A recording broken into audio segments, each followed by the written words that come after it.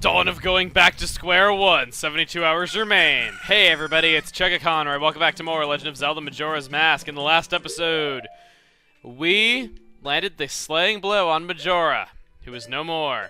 In this episode, though, there was a mask that we obtained from Majora. Yes, Majora's other mask, which is the Fierce Deity's mask. What I'm gonna do now is not turn into a Goron. As you see, we cannot use this mask. However, what I'm gonna do now is I'm gonna warp around to the different temples because you can actually use this mask solely in boss rooms. So, that is why I did not want to show all the boss fights a couple videos ago, because, or rather 3 videos ago now, because I did not want to make it too redundant, where we would be, you know, going there, fighting the boss, only to come back and go there and fight the boss a few videos later. I wanted to make the land peaceful before finishing the game like I always do, so that, you know, the dispute would be settled at the mayor's office. You know, all 4 of the compass directions would be purified again. So there'd be pretty much no evil left in the land, and it would be as peaceful as it could be, and that would be how we'd leave Termina. But here in a revisit to Termina, let's go ahead and take down these bosses once more. But this time using the power of the Fierce Deity's mask. Now, I did say that it was the most powerful mask of them all, and believe me, it is. You can only get this mask if you got 100% in masks. You need to get 100% in masks. You have to have every single mask, excluding the Fierce Deity's mask, of course, to get this. Unfortunately, I don't have very much magic, and having a lot of magic would really help for this, though. So, unfortunately, well, you know what? Let's see if we can get some magic on the inside, because there are some bushes as soon as we walk in, or rather some pots. No fairy. Of course, the one time you don't want a fairy, you get one.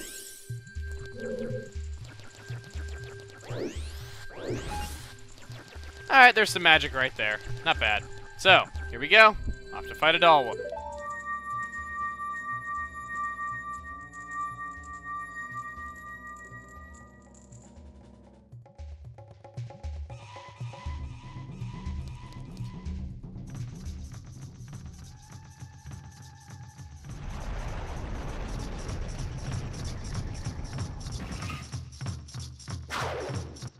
Now, you thought we destroyed him before easily?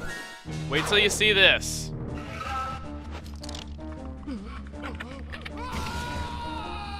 Meet Fierce Deity Link. This has the most powerful sword in the game, the Fierce Deity Sword, which, if you have magic, you can shoot sword beams a la Zelda 1. I'll see you like this. That's it.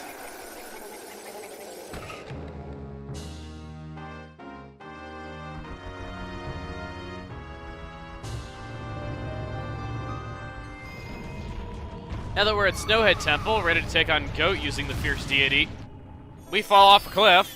I'd like to talk about the Fierce Deity's origins. Now, I don't mean developmental origins, I basically mean possible explanations for its origin. Now, when we got it from Majora, Majora referred to it, not in these exact words though, but as the true bad guy. That can mean one of 2 things. Now, as we know, Majora's evil magic was sealed away in its mask.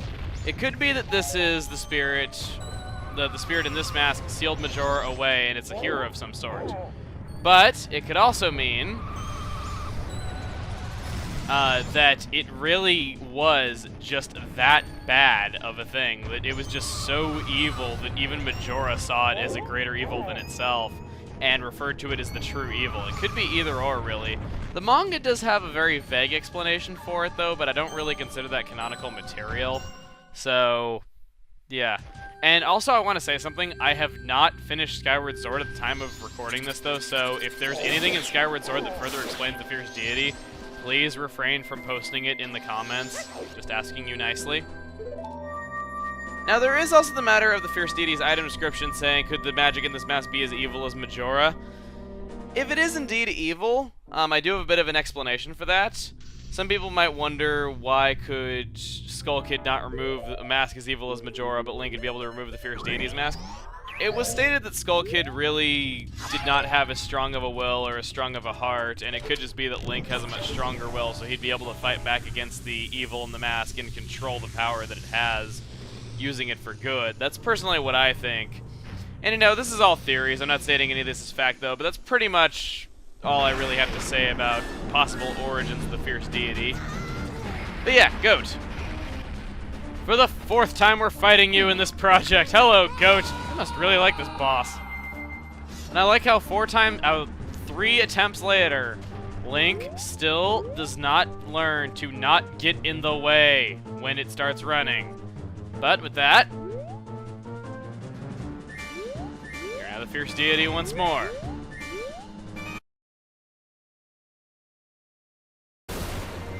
Alright, like this. Go ahead and stun him as the Goron, turn into the Fierce Deity, and just slash away. There you go. That is the best way to do this. Like I said, easier to fight with the Goron, though, but if you want the best way to fight with the Fierce Deity, there you go. So now, off to Great Bay Temple to fight GYORG. Now, I guess while we're doing this, I could talk about the Fierce Deity's origins more on a development level. In early beta screenshots of this game, we can see that at one point in time, there was planned to be an adult Link mask in this game. And in fact, Stone Tower Temple was originally going to be a much different place. Originally, it was planned to switch between child and adult Link using the adult Link mask, much like how Ocarina of Time worked, but just a lot more convenient without having to go to the Temple of Time to switch. This idea was scrapped because it was viewed as redundant, though, because you used many of Adult Link's items throughout the game, and they really couldn't think of many things for Adult Link to do that you couldn't do as a kid now. Because in this game, you're a few years older, you're not really much of a child anymore, and you use a lot of Adult Link's items. So it seemed kind of redundant, though, so they scrapped the idea, and Adult Link's mask was removed from the game. However, they wanted to salvage that source material in some way, and the Adult Link's mask became the Fierce Deity's mask.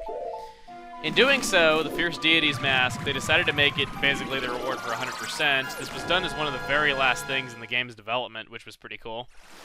And yeah, that's pretty much how the Fierce Deity's mask works. And to further prove this, for those of you who like hacking games apart, you can actually prove this for yourself. All you have to do is just hack it so that Fierce Deity Link can use items besides the sword. The game will crash on most of them being used.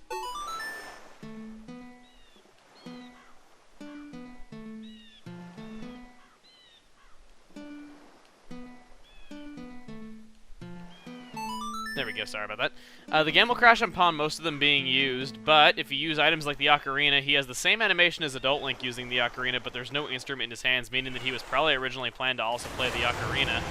And if you use the bow, the item will fully work, which is an Adult Link item from Ocarina of Time. The Adult Link items will usually work, however, it's mainly the Kid Link items that will make the game crash, because there was no data even for that in Ocarina of Time, though. So, if you want further proof that that is what the case was, that's it.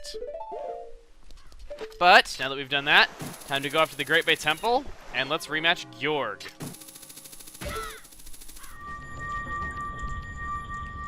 I will openly say, GOHT wasn't really much of a change. Don't worry, this will be. Now, I like doing this. Oh, whoa! I went through the wall! Okay, that was unexpected.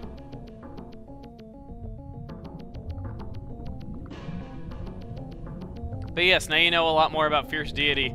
Like I said, it's not really given much origin in game though, so I figured I'd just talk about developmental origins as well as a few other things. But yes. Now for GYORG. Now this fight, yeah, this fight is made really, really easy, even if GOHT wasn't, like I was saying.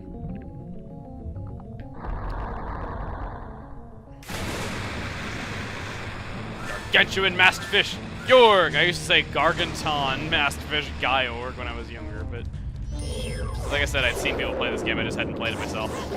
And look at this, look at that. Chop up the fish. Chop up that fish. Look at that, already spitting out his, her, it babies through its mouth like it's Kazooie.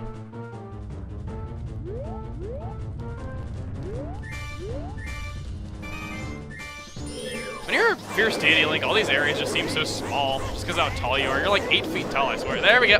That's it. GYORG didn't even get a chance to use an attack. Drop on the deck and flop like a fish!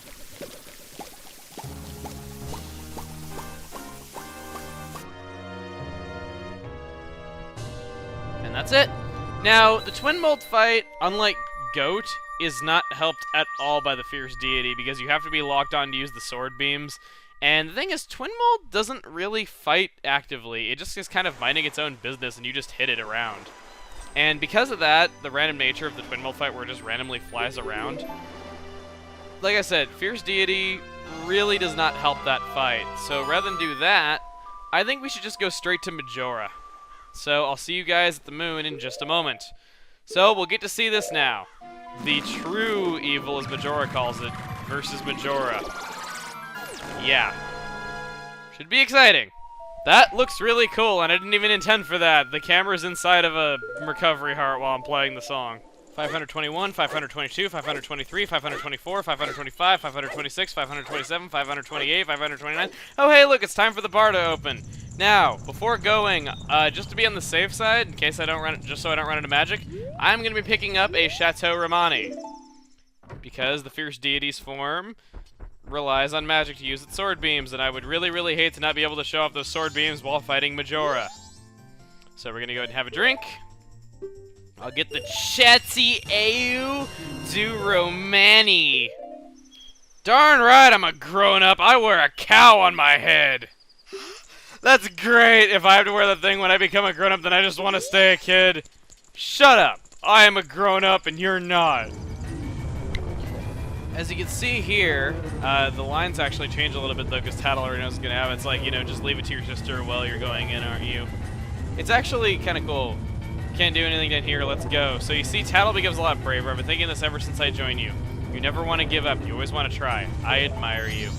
So yes, the lines actually change if you've already done this, which is pretty cool. I just always thought that was a nice little detail. So, right here, back inside of the moon. One last thing to do. And that is that we are going to rematch Majora with the power of the Fierce Deity instead of using our own power. So here we go. Will you play with me? You have only weak masks. So you'll play? Yes. Well, shall we go?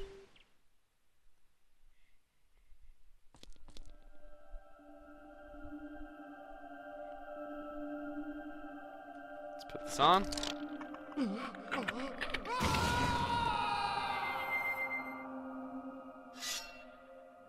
Look at that armor.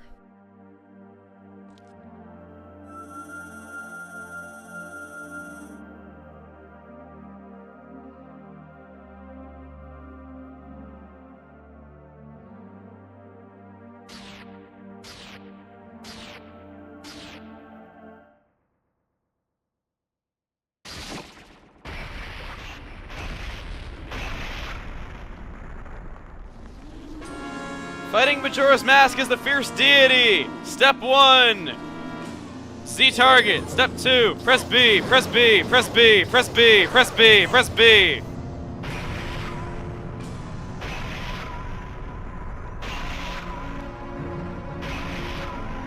That is the gist of this fight. Just press B, pretty much.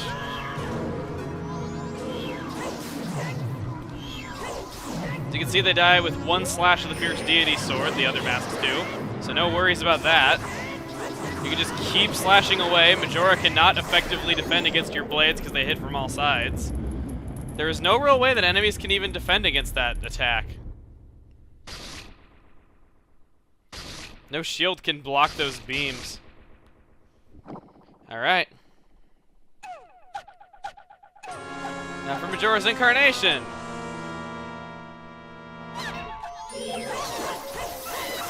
As you can see here, that took a whole 3.5 seconds. And now for the final battle.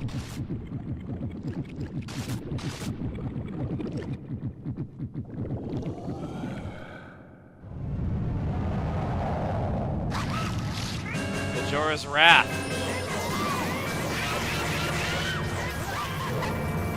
Yeah, I got hit there once, and oh, you actually get to see the attack of her using the whips.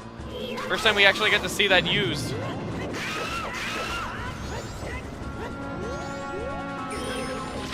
Oh wow, it's actually using that attack a lot this time. Didn't use it on us as a normal person, but that does it.